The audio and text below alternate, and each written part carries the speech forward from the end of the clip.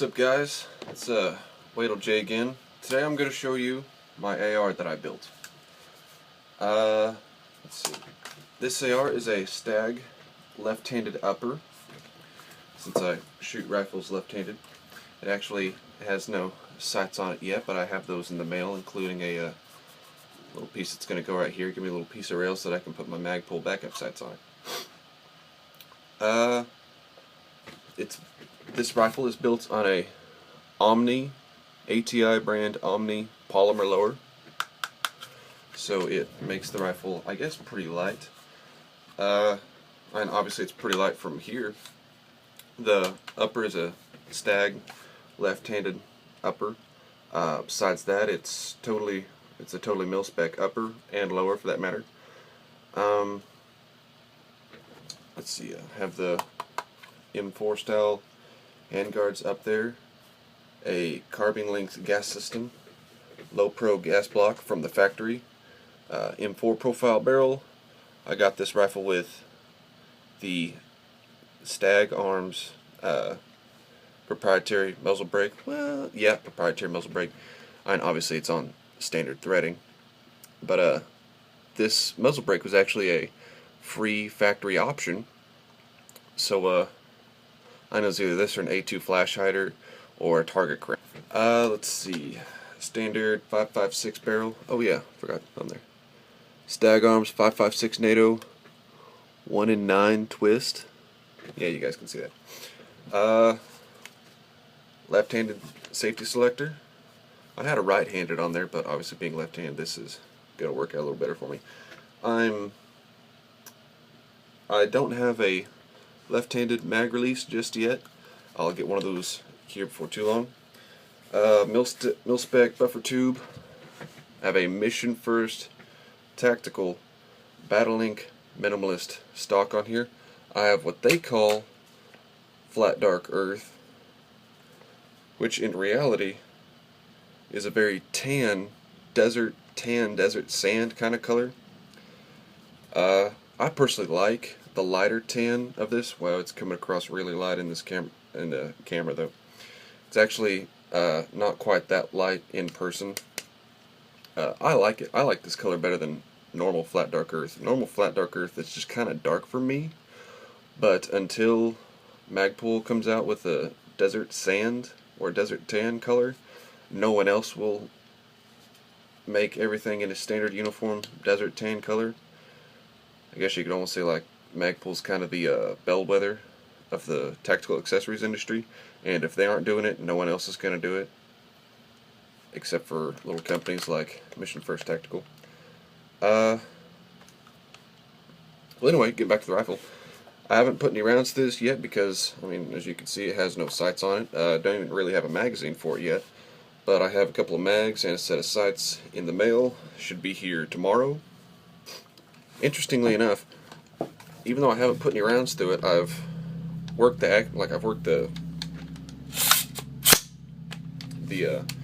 bolt on it a couple dozen times, maybe close to 100 already, because even though I haven't put any rounds through it, I'm still like working with the gun. The fit between the Stag Arms upper and the ATI lower is actually really tight, and even though I've loosened it up quite a bit, you still have to drive it out with a tool. Although I've loosened up quite a bit, so it really only takes one or two good whacks from a tool to drive that rear pin out enough to where you can pull it out by hand. Although you can push it in by hand, you used to have to drive it in, but I've worked it back and forth enough to where I can drive it out with one good whack, and I can push it in basically with finger pressure. But while dry firing my weapon a couple dozen, better part of 100 times, I've already got a malfunction. I mean, the gun still works fine. It's just that the spring in here, the buffer and buffer spring retainer thing, one day that malfunctioned on me, and what happened was I was cycling it back and forth, and I guess I was like pushing it down or pulling it up as I was cycling. I'm not really sure what happened, but the spring in here got bound up and actually got pulled out of this hole, and the buffer retainer was like down in my trigger. All of a sudden my trigger started doing that on me. I knew something was wrong. I was just afraid that I already broke my brand new gun, hadn't even fired it yet. But I just opened it up, I realized the problem, and thankfully it's a problem that I could just pull it out, the spring and retainer. Here's the retainer. The retainer's actually fine, even though I've got a little bit of wear right there.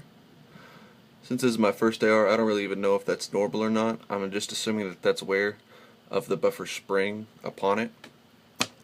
But here is the spring. As you can see, it's it's kind of bent in the middle because it got bound up. At least that one time when it got pulled out of that hole. Probably may even got bound up once or twice before that, and it just wasn't bad enough. But it's definitely messed up a little bit. Well, anyway, since the whole purpose of this device is to hold the buffer and buffer spring in the stock when the gun is opened up, as long as the gun's not opened up, it's essentially pushed out of the way, so it's really not a big deal to begin with.